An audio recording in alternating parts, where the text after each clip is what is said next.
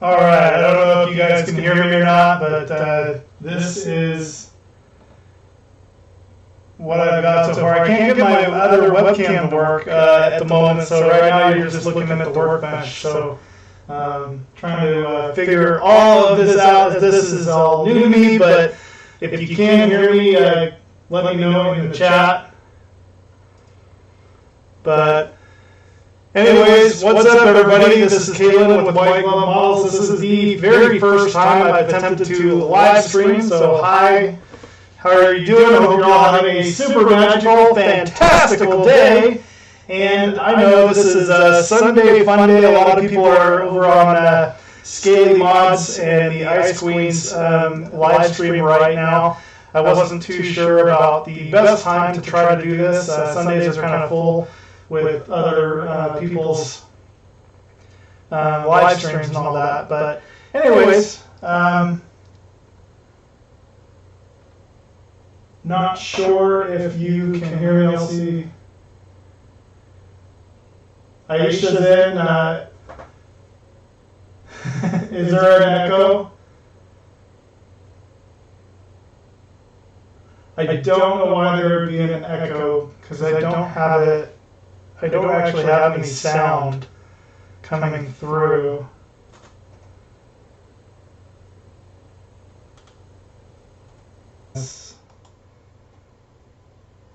Okay, so now the sound is just going from my PC, so I don't know if it's working or not. You'll have to let me know.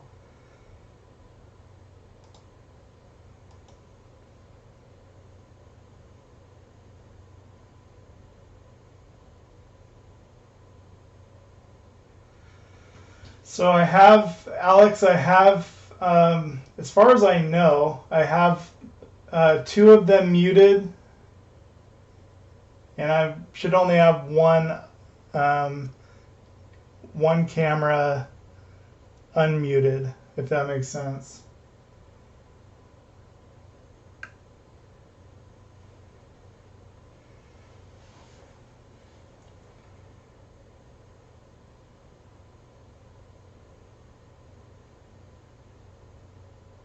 Oh, is it? It's better? It's working now?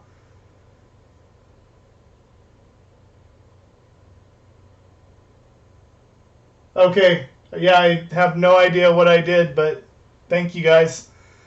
That is awesome. Now the only other problem I have, Alex, is I can't get my computer, the webcam on my computer so you can see my happy face, but that's okay because we're going to be spending some time at the Workbench anyway. So thank you guys so much for that. Hopefully I can, when I go to post this on YouTube, that I can edit that part out. I don't know. I'm still really new to this, so I'm going to go ahead and show you guys a couple of things that we are working on.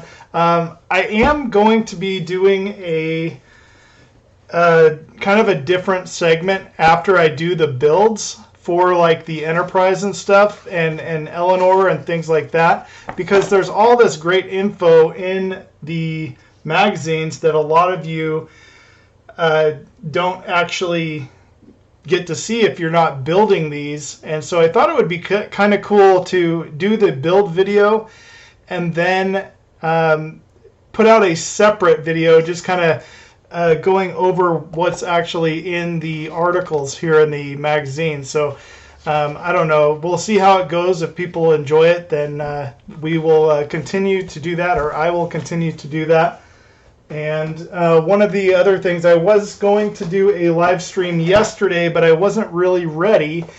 And one of the things I want to build on that my next live stream is my wife actually dug these out.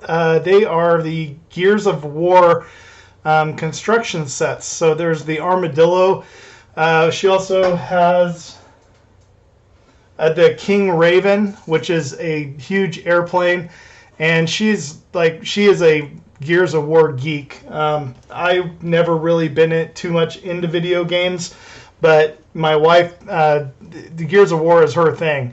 And she bought these probably like 10 years ago or longer than that, and they've just sat in storage.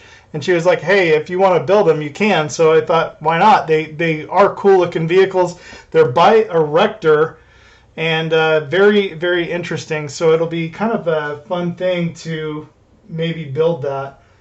So I think I'm going to do that on a live stream because it shouldn't take very long to put this together. And it's something a little bit different. So I'm so glad that the audio is working now. Thank you so much, guys, for your help. So I used to open OBS again and have the other cam on that one.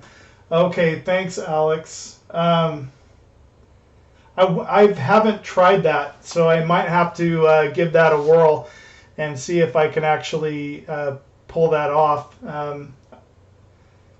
Not going to do it just yet, but that's good info. Thank you, Alex. You like the reviews. Thank you.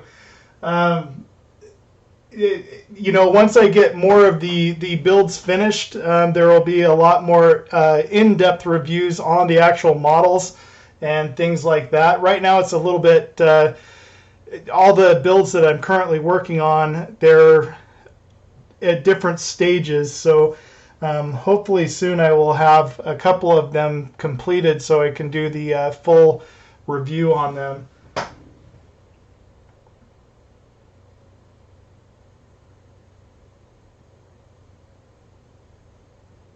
No double ringing in your ears. Yeah, it's funny. You made a comment. I think it was yesterday or the other day on the Eleanor Mustang build about doing the life size versions of them, and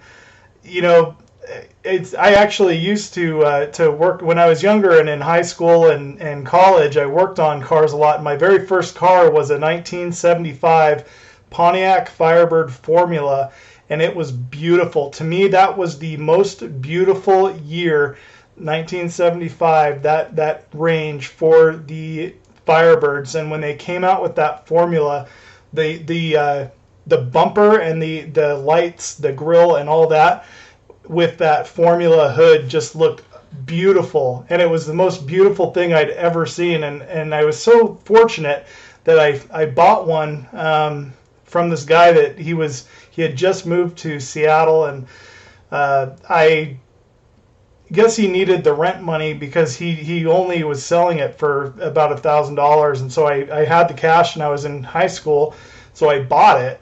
And I spent a lot of time working on that car and fell in love with it. And Mustangs have I've never been a true fan of the Ford Mustang because I was a Pontiac guy, and the Mustang, for the Eleanor Mustang, doing this build and kind of learning more of the history of Ford and all that is really cool. And one of my best friends in high school, he actually had a 1965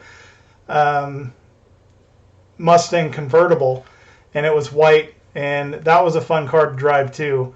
But my my Pontiac Firebird could smoke him on the street any day. So it had a 400 in it, and a posi rear end. I can't remember what transmission was in it, but by golly, that thing would get up and go.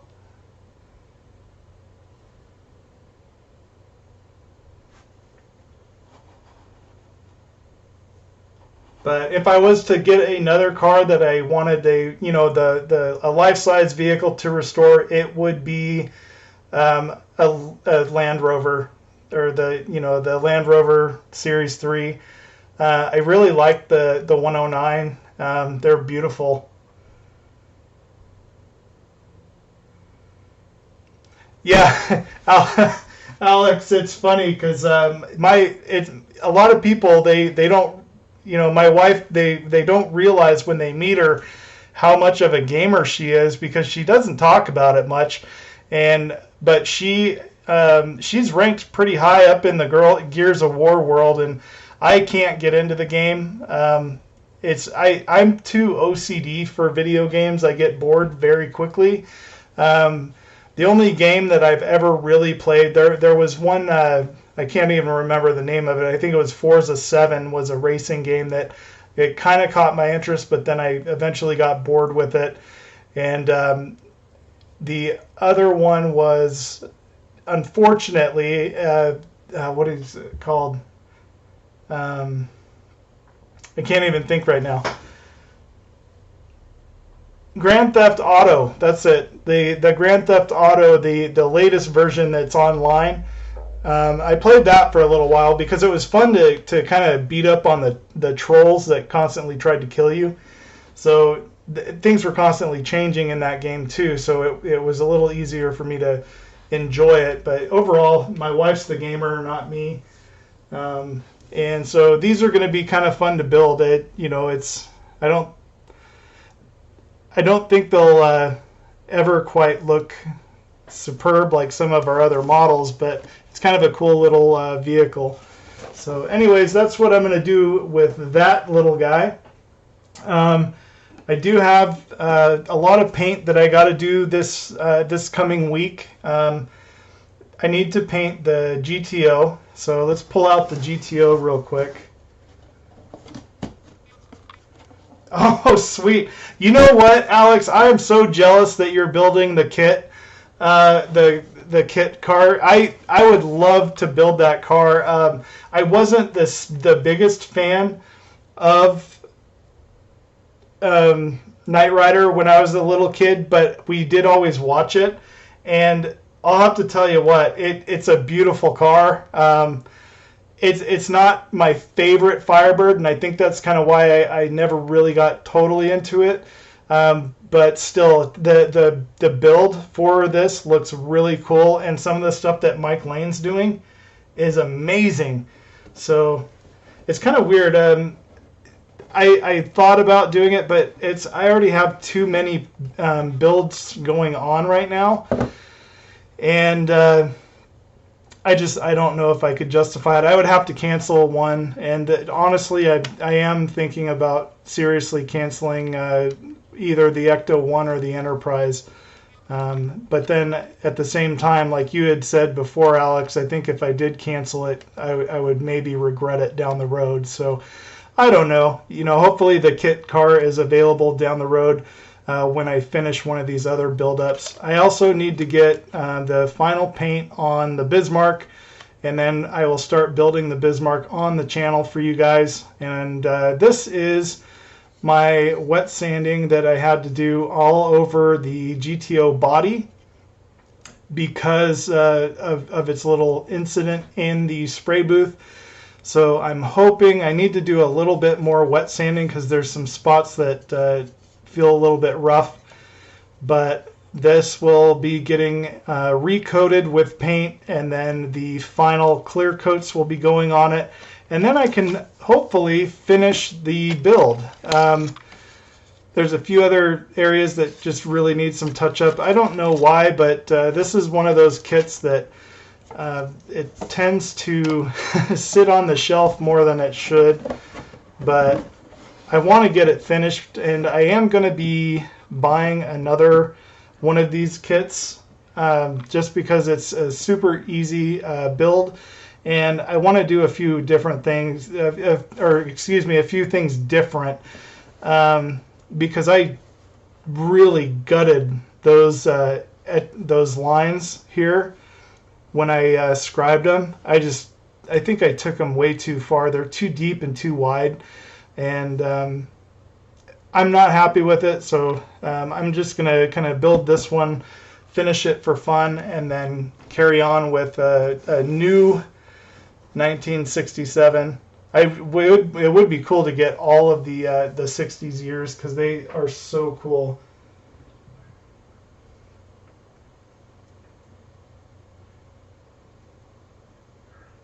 And then I can't get to it right now, but the Land Rover will also be getting more paint on it, and I should be showing part 2 of that here pretty soon. Sorry. Anytime we get a medical call with the fire department, my phone goes off, so you guys are unfortunately going to have to hear that from time to time. I'm not responding. So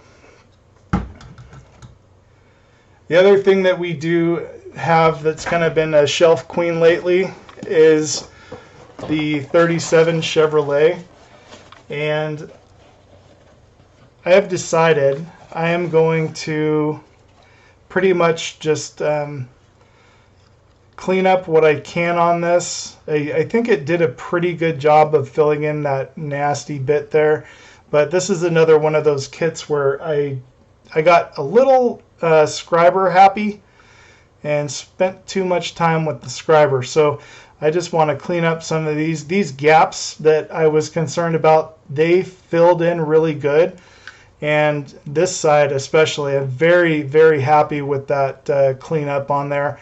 And I just want to do a couple of other areas here and fill them in, and then this will be getting painted. I haven't quite decided on the color yet, but it'll be pretty cool when it's done. And I do actually like these Lindbergh kits. You know, at first I was a little skeptical about it and just thought, you know, it's a crap little, you know, cheapo model, which it is. You get what you pay for, but the potential for them is limitless. So it just really depends on how much time you want to really put into it. So there is that little guy, and really do enjoy working on that one.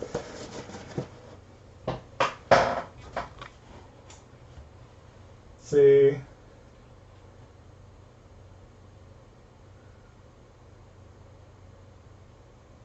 Alex said, I wanted to do the Bismarck, but Miss brought me the HMS hood kit, which I have really enjoyed. Yes, Alex, I have really enjoyed watching you build the hood, and I am very, very jealous. I wasn't even aware that they had made a 1-200 hood, and that thing is beautiful. I'm so excited to see where you go with it.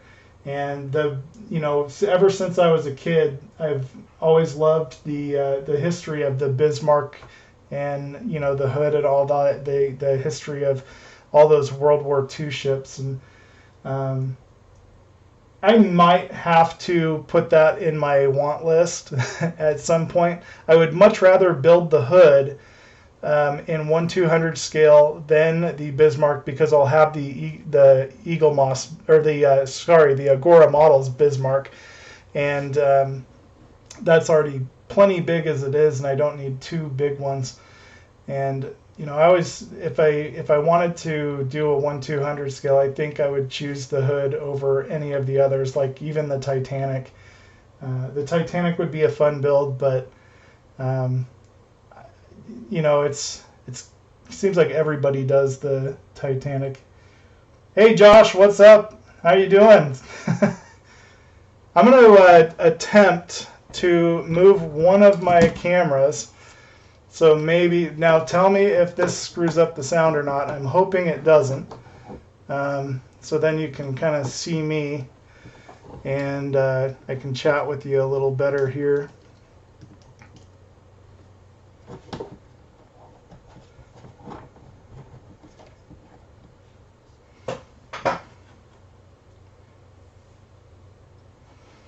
Okay, now you guys have to tell me if this messes up the sound or not.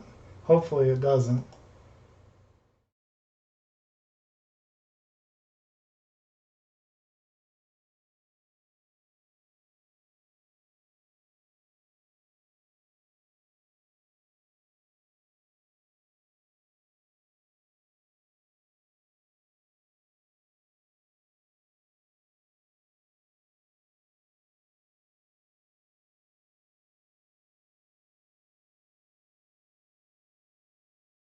A transition again, so I don't know.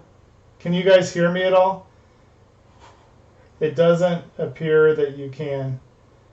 Oh, there it goes. Now it says top view camera, and it says it's doing something.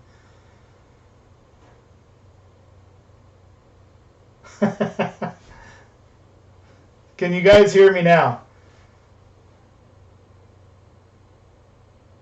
Thanks, Jay's channel. I'm working on it. I have no idea what I'm doing, so let's just let's just say that hopefully I can get the audio sorted out. I am so new to this whole live streaming thing, so I appreciate your guys' patience. But when I look away, my screen's all the way over here, so let me know if you guys can hear me now. Oh, you can hear me. Okay. So let me know if it was when I switched back to the overhead camera that you could hear me. So there we go. And we actually have chat showing up on the screen. That's awesome. So I don't know what I'm doing. I'm working on it, trying to make it better. So hopefully things will smooth out down the road.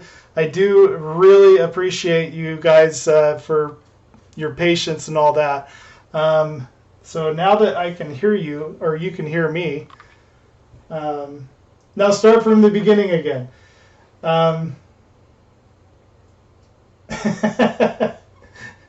Okay, so so basically what I was saying, as I lose my other camera, what I was saying before was that when you guys couldn't hear me, when I first kind of got back into modeling, this is kind of my story, I guess you could say. Initially, I was just focused on doing all the older cars and the antique cars and classics and stuff like that, because I really love the old vehicles from, like, you know, the 1900s, the early 1900s, and up into like the 30s and 40s. And so I found some kits that were of the older vehicles, and I really enjoyed them. And then I thought, you know what, I don't see a lot of these being built on YouTube. At least I couldn't find very many, so I thought, I'm just going to start filming this and showing the people what I do. Well, at about that same time I started filming, I rediscovered the airplanes and the helicopters and ships that I used to do as a kid. And so basically, when I was younger, I started building models at a very young age, and I was really into Star Trek. I remember the very first episode of Star Trek that I ever saw was Trouble with Tribbles, and I think I was 4 years old. And from then on, I was hooked. And so I used to build models. I built ships. I built the Titanic when I think I was about 11 or 12. And yeah, I love Model Ts. They're beautiful cars. And like the old race cars, like the Bugattis and stuff like that. But sorry, my ADD mind will shift. Like, I see a squirrel and I'll go after it. So I apologize if sometimes when I am doing live streams or more focused live builds and things like that, if it doesn't always make sense, because my brain, I'll be talking about one thing and I'm thinking about something else at the same time, and then my just even without thinking, I'll start talking about what was on my brain, and sometimes it doesn't make sense. So hopefully you guys can follow along, you know. But yeah, the older cars were always really interesting to me, and you know, I think when I stopped building I was about the age of 16, and my mom and I still built a few models after this happened, but then I just kind of gave up, and just because the quality of the models weren't that good. But so what happened when I was 16, we were moving, my mom's truck caught on fire at the storage unit that we were moving our stuff from to move to Idaho, and my my models were I had them in a chest, and they basically, my mom came home and she was like, I'm sorry, the truck's gone and your models were in it. And so when I got to see it, the crate that they were in was charred and burnt up, but the models were just a pile of goo. Nasty, nasty plastic, just a big pile of goo. And I was so devastated because the Bismarck was in, or not the Bismarck, the Titanic was in that. The USS Enterprise was in there. A lot of other really cool kits that I had built from the time I was a young age. And I think after that I built the Bismarck, and the Bismarck kind of took a sad fate because, you know, at the age of 16, 17, you're living in Priest River, Idaho, which is, oh my goodness, the nearest town. So to give you some perspective, we lived in way the heck away from everybody. Our nearest neighbor was like a quarter-mile away, and then from there, the next nearest neighbor was a mile away. And the towns, so if you wanted to go to town, it was 7 miles either direction to go to town. And so, you know, a teenager getting bored during the summer, what do? I fill up my Bismarck with fireworks and kerosene and floated it out in the pond and watched it blow up. And not one of my finest moments as a kid, but it was fun at the time. And kind of after that, I never really built again. And then a couple, I don't know, it was maybe earlier this summer. It was actually before that. Maybe about a year ago, I started watching a few different, like the Scale Modeling channel. And so, like, his builds in Plano, is that his name? I can't remember. And then I started seeing like World of Wayne doing these metal builds, and I was like, holy cow, like that would be fantastic.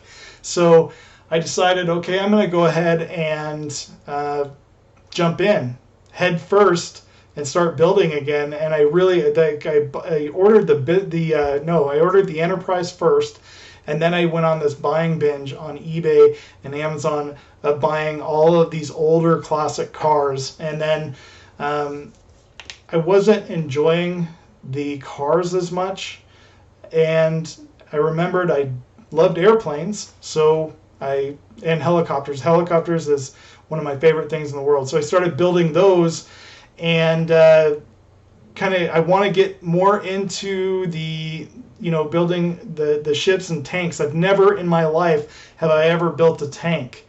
So a tank will be coming very soon, actually, because there's a diorama that I'm working on that includes this little guy, which you guys have seen, the 1/72nd scale Italy Blackhawk. And then we have this guy right here, the 1/72nd scale LKW 5-ton military 4x4 truck that you guys have seen me building on the channel. And when I bought these, I don't know what I originally had in mind for them, but as I started building them, I thought, you know what, these would work great in this idea that I have in my head. So I'm gonna build those, put them in a diorama, and then I want to find, it's gonna be a little finicky because I know the smaller tanks, they're not like the 1/72nd. I think they make them in 1/70. I don't know. I'm still kind of looking for something that will fit for the diorama in my mind for that size. But I am going to be getting some of the larger kits for the tanks, and kind of exploring that world too, which is a little bit different for me. So anyways, that's kind of my story and where this all started. And I thought, you know what, let me share it with the world. Like, I watch all these people on YouTube, and I thought, oh, that's easy, you know, I just film it and put it on YouTube. No, oh my gosh, at times I almost kind of regret it, because the editing process and all of the other things that go into filming and editing and putting something decent for somebody to watch onto the internet, with YouTube, it's a whole new world, and by golly, it takes up a lot of time. And I wasn't expecting that. And what it does is it kind of takes me away from building, which is, I always have to have my mind occupied. And I'm trying to do the best I can. I hope I'm putting out good quality stuff that you guys like. Things are changing for the most part. I'm not going to be doing any tutorials unless it comes to something that maybe I've learned or gleaned from somebody along the way. Because I'll tell you what, like Wisdom Design, he does the most amazing tutorials. Is it? I can't remember. What is his name? I'm trying to. Anyways, I'm babbling, but there's other tutorials out there. World of Wayne. There's Alex Builds. I mean, Alex, I love watching his channel, and I always learn something new. And the thing I love about Alex is he doesn't just do the part work builds. He does all the models and stuff. And I'm going to be doing a what they call it, the JJ prize, because the JJ Abrams did the movies for Star Trek, but the new design of the Into Darkness Enterprise. And if it wasn't for Alex Builds, like some of the stuff that he did and modifications that he was able to make and do it on his own, not really knowing, like I think it was his first time working with lights. Correct me if I'm wrong, Alex, but yeah, it's he basically took that kit, which is a pretty beautiful kit if you ask me, and made it way better. And it's that kind of stuff that I'd love to do down the road. And I don't necessarily want to be a tutorial channel. I just want to showcase what I do and my builds, and just help bring you guys in and be part of my life as a model builder. And maybe I can teach you something along the way. I'm still learning every single day. Like it doesn't. I spend a lot of time, watching other builders and stuff, and I glean so much from them. Because coming back after a 25-year hiatus from the hobby, everything's changed. I mean, leaps and bounds, And like 3D printing, I'd love to get into 3D printing, but I'm afraid of it. I'm a little intimidated by it, to be honest. And it's one of those things where eventually I'm going to have to take that step. And what's fun for me, like with the whole airbrushing thing, is bringing you guys along with that learning process, or with the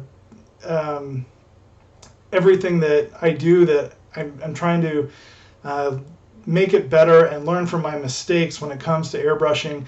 And that whole process is like baffling to me, because it takes up a lot of time and trying to film that, but it's worth it to me sharing some of that with you guys. And there will be some videos out about my endeavors with airbrushing. So hope you guys can enjoy that. And I can get some tips from you. I do get a lot of good tips from people, which makes me very happy. So anyways, got about 6 minutes left before I close this out. Any questions from you guys that are watching?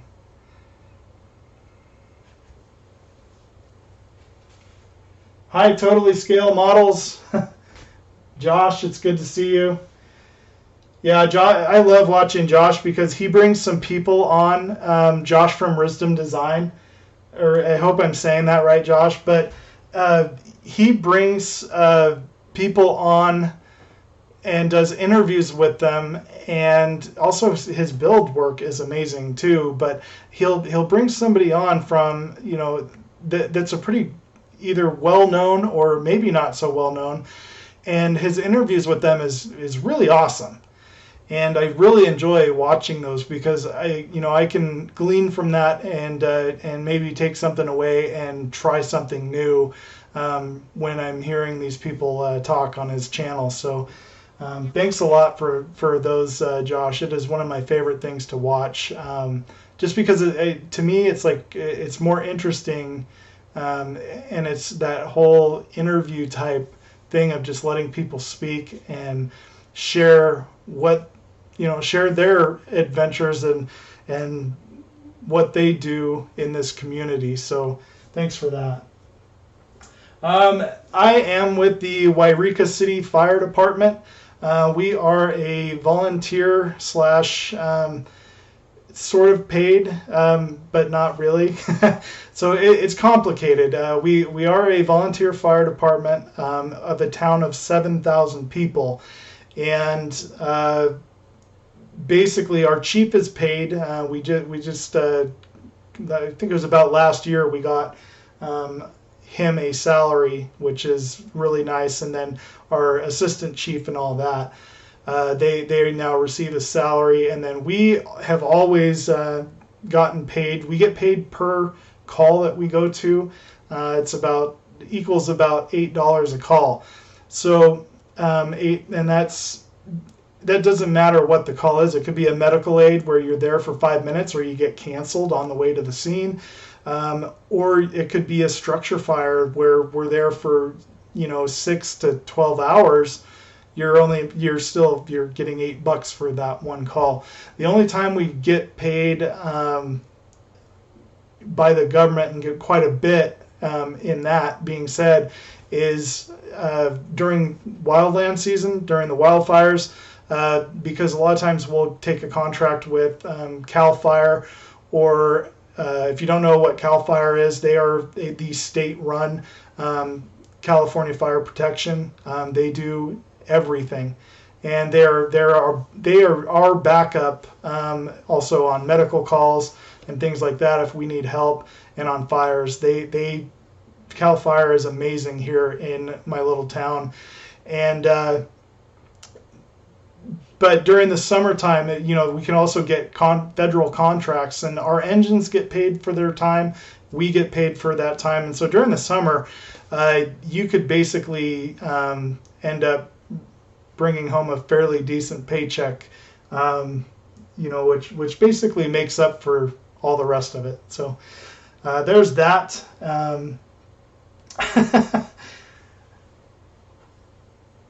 Let's see. I don't know if I have seen that one yet with Gilbert, Josh. I'll have to check it out.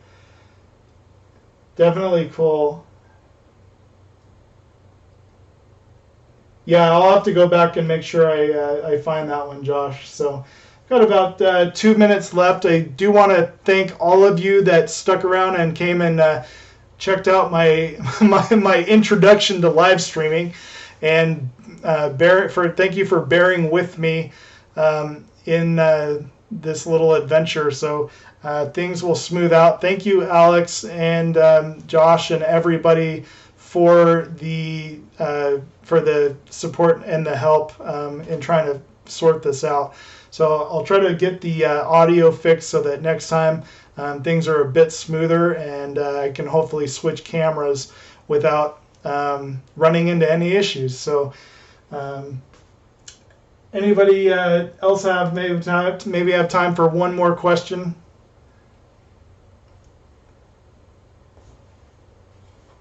Oh yeah, the Tribbles was that I was so hooked on, and then like on Star Trek when I saw that, it was just and that's where it all started for me.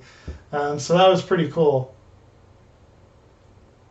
And then the other one was the X-Files. I remember watching the X-Files and getting hooked on that, even though I was scared, because I was a little kid and I was scared of some of the episodes, but I had to watch them. And there are a lot of times where I just kind of look away. But I don't know why my mom let me watch that stuff. Yes, definitely. Thank you, Josh. I will definitely hit you up. And Josh is actually really close to where I live. It's about 3 hours away, so that's close. But yeah, thanks, Josh. Actually, it might be a little closer than that. So anyways, I'm going to end it here. Thank you so much for watching. I really appreciate you guys. And don't forget to hit that thumbs up. And I will be hopefully able to edit some of the bits out of here where there was no audio. So that'll be interesting. I don't know how that's all going to